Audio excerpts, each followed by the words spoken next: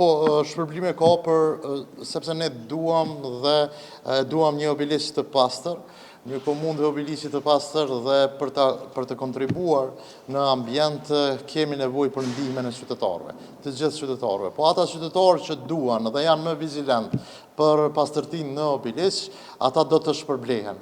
Çdo raportim të hudhjes së mbeturinave që do ta bëjnë qytetarët, të hudhjes së mbeturinave pa vend, sigurisht që do të shpërblehen.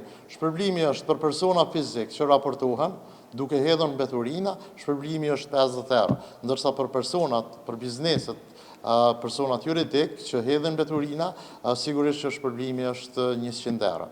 Këtë e kemi bërë si stimulim për t'i stimuluar qytetarët që të na ndihmojnë në mbajtjen e ambientit të pastër në komunën e Obiliqit.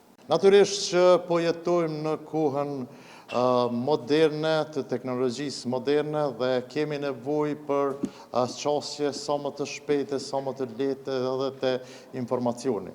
Prandaj kjo është shumë e nevojshme dhe ne si qeverisje lokale këtu në komunën e Obiliqit kemi krijuar një platformë ku qytetarët tonë do të kenë qasje të lehtë dhe natyrisht do të jenë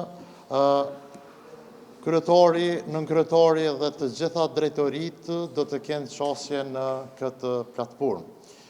Kjo platformë quhet Alo Komuna dhe për fokus të veçantë e ka edhe raportimin e qytetarëve, qoftë për dëmtim të rrugëve, qoftë për çdo kërkesë apo ankesë që ata e kanë.